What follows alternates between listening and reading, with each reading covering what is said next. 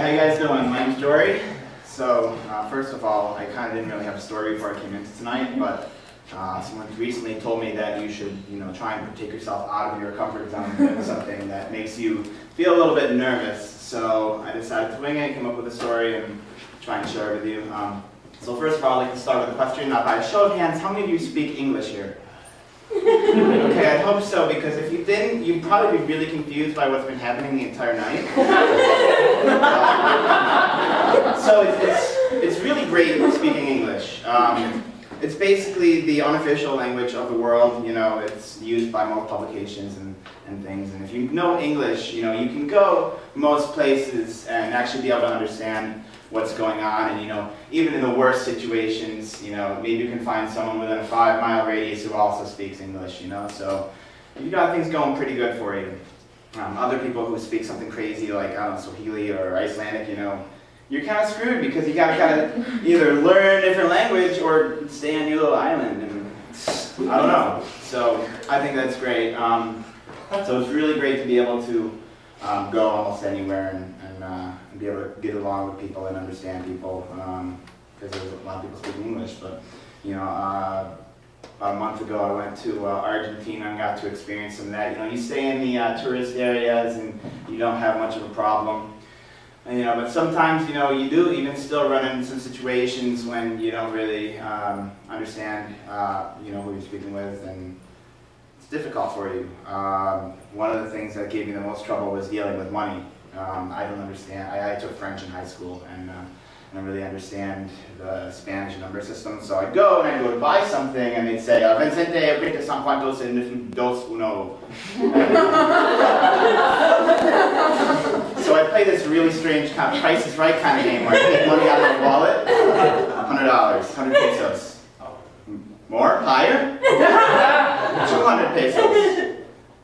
Still higher? 3, 4? Okay, so finally you get to the point where you have enough money and they give you change. And you'd smile and say, buenos dias. So, that was one of the things. Even in some places like Europe, England, where they do speak English, they might have a different accent and they might use different words for things. For example, you don't use an elevator, you would take the lift, things like that. So when I was about 6, my mother, who actually raised me on her own until I was the age of 8, she studied abroad in Wales and she took me with her.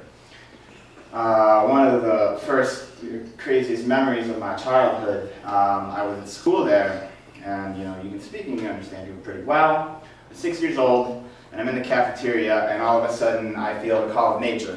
I gotta go like yesterday. So I go up to the lunch lady and say, Miss, I have to go potty. And she says, oh, that's great, that's awesome, have a good time. What? No, I have to go to the potty.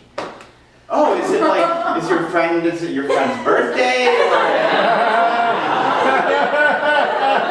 So what I didn't realize was, when you're in England or Wales, they say I have to go to the toilet. They don't say potty, they say toilet. So anyway, 6-year-old me sitting in the cafeteria, I end up pissing my pants, but I don't know how to continue. So yeah, that's kind of funny. I just embarrassed myself in front of all of you. So going back to Argentina, one of the things we actually did, we went to see a show, and it was, there's some things you can do even without understanding language. You can go see a music concert. We went to a concert, and it was kind of fancy. It was strange because it was in like this seated arrangement, and everybody was sitting down, watching the band. And the band was really good and kind of dancing, so they're all sitting there like this.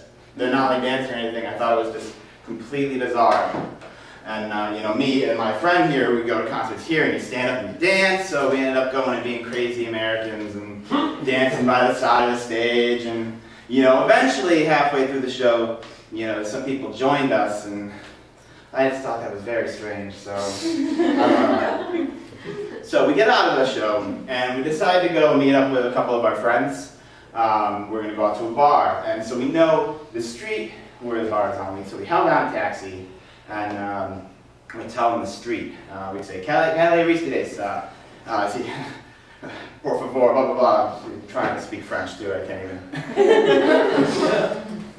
So he starts driving. We don't know the number of this bar we're going to. All we know is it's on this street, and it's a blue building. So we're driving along, and the cab drivers there, they don't speak any English. So we're like trying, but we just tell them the address, and we hope that they take us to where we need to go, and that they don't drive us in circles. And, you know, eventually we get to the street, and he tells us here, and we're like, we're trying to explain to him, like, we don't know where we're going, we know what it looks like, so if you could just keep driving until we say stop.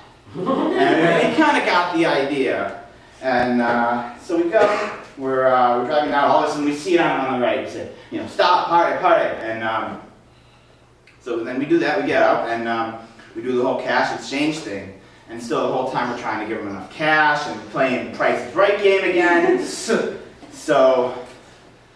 we get out and we finally get him enough money, and then, I kid you not, so I'm sometimes mistaken for a celebrity, swing celebrity. So he turns around and looks at me and says, Matt Damon? No, not Matt Damon, but I do kind of look like him. You know, there are still some things that can bring us together even if we don't speak the same language.